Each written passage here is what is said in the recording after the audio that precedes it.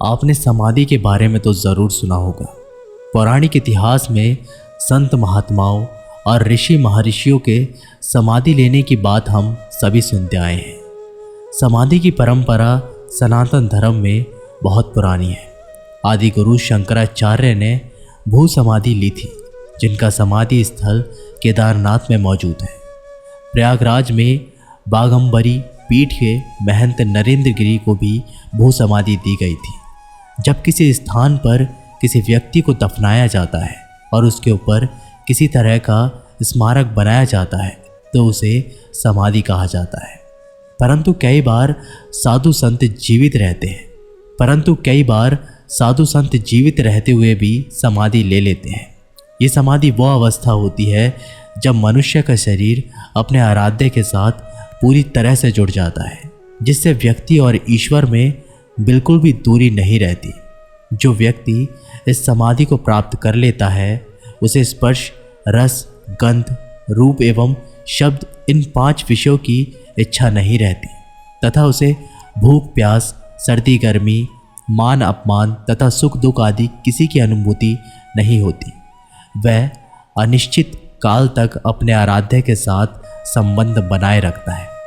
ऐसा इंसान जीवित रहते हुए भी अमर हो जाता है और जन्मों के खैर से पूरी तरह से मुक्त होकर मोक्ष की प्राप्ति कर लेता है।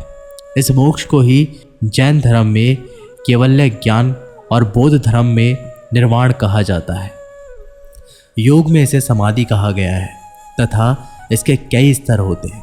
इसमें अंतिम स्तर है ब्रह्मलीन हो जाना। आज हम आपको समाधि का वैदिक सिद्धांत, इसका इतिहास और संत परमात्माओं में अलग अलग समाधि संस्कार के बारे में बताएंगे।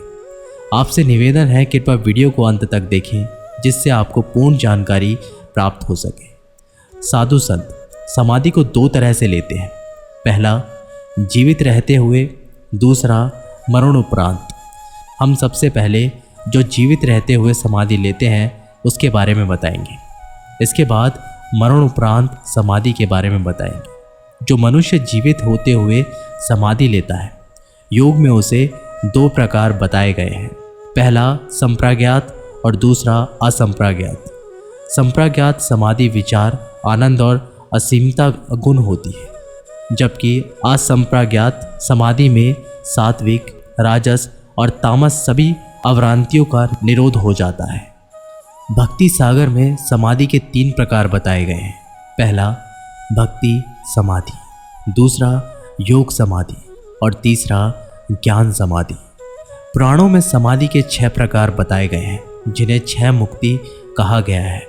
शास्त्रीय शोलाक्य, चारु, सामी, साम्य और लीनता या संयुज्य। शास्त्रीय का अर्थ ईश्वरीय, सलोक्य का अर्थ लोक की प्राप्ति का, शारुक का अर्थ ब्रह्म स्वरूप, समीप्य का अर्थ ब्रह्मा के पास, समय का अर्थ ब्रह्मा जैसी समानता, लीनता या संयुज्य का अर्थ ब्रह्मा में लीन होकर ब्रह्मा हो जाना। संप्रज्ञात समाधि लेने के लिए योगी वैराग्य द्वारा सांसारिक व्यक्ति और वस्तुओं से स्वयं को अलग कर लेता है और चित्त या मन से अपनी इच्छा को त्याग देता है, जिससे मन एकाग्र होता है और इस समाधि को धारण करता है। संप्रज्ञात समाधि की 4 भागों में बांटा गया है। पहला वितरक अनुगत समाधि, दूसरा विचार अनुगत समाधि, तीसरा आनंदुगत समाधि, चौथा असीमता अनुगत समाधि। सूर्य, चंद्र ग्रह या रामकृष्ण आदि मृत्यु को किसी स्थूल वस्तु या प्राकृतिक पंचभूतों की अर्चना करते करते मन को उसी में लीन कर लेना भी तर्क समाधि कहलाता है। स्थूल पदार्थों पर मन को एकाग्र करने के बाद छोटे पदार्थ, छोटे रूप, रस, गंध, शब्द आदि भावनात्मक विचारों के माध्यम से जो भी समाधि होती है वह विचार अनुगत अथवा साविचार समाधि कहलाती है। आनंदुगत समाधि में विचार शून्य हो जाते हैं, केवल आनंद का अनुभव ही रह जाता है। असीमित अहंकार को कहते हैं, इसलिए इस प्रकार की समाधि में आनंद भी नष्ट हो जाता है। इसमें अपनेपन की भावनाएं रह जाती हैं और बाकी सब भाव मिट जाते हैं। इसलिए इसे असीमता अनुगत समाधि कहते हैं।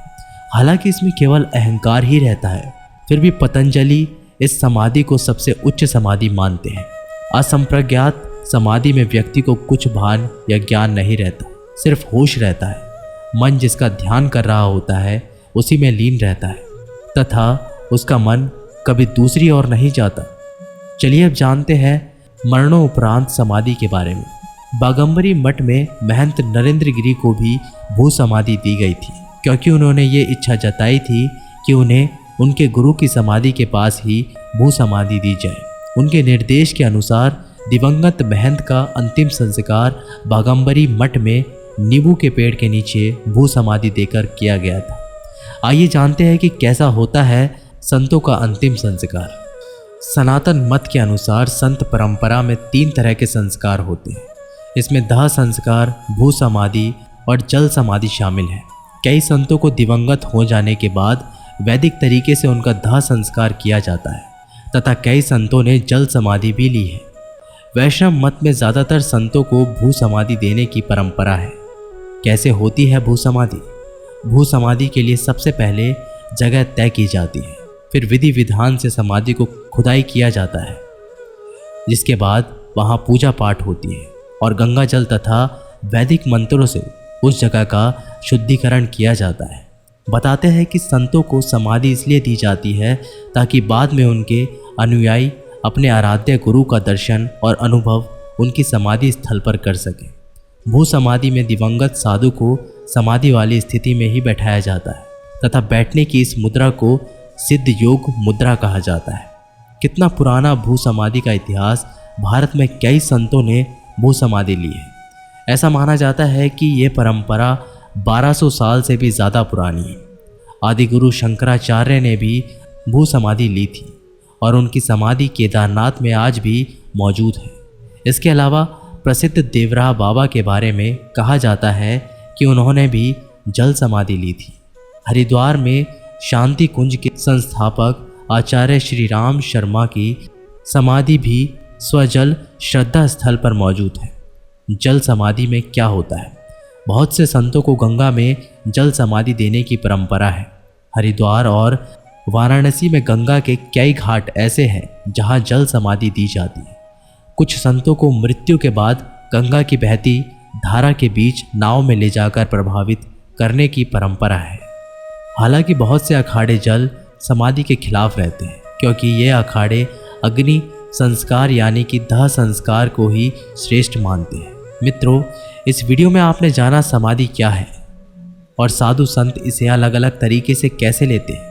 वास्तव में समाधि का अर्थ मोक्ष प्राप्त करना होता है, और जब एक बार कोई मोक्ष प्राप्त कर लेता है तब उसे अनगिनत शक्तियों का एहसास होता है, जैसे आँखों के बगैर देखने की ताकत, कानों के बगैर सुनने की ताकत, मन और मस्तिष्क के बगैर बोध करने की ताकत, शरीर के जन्म और मरण के चक्कर से बाहर निकलकर स्वयं को कभी भी किसी भी रूप में अभिव्यक्त करने की ताकत, और सच मानो तो इस ब्रह्मांड से अलग रहने की ताकत। ब्रह्मांड से अलग वही रह सकता है जो ब्रह्म स्वरूप शुद्ध चैतन्य है। तो दोस्तों, आप लोगों को ये वीडियो कैसी लगी हमें नीचे कमेंट बॉक्स के माध्यम से अवश्य बताइएगा। मैं मिलता हूँ आप लोगों से एक नई वीडियो के साथ। तब तक के लिए बहुत बहुत धन्यवाद।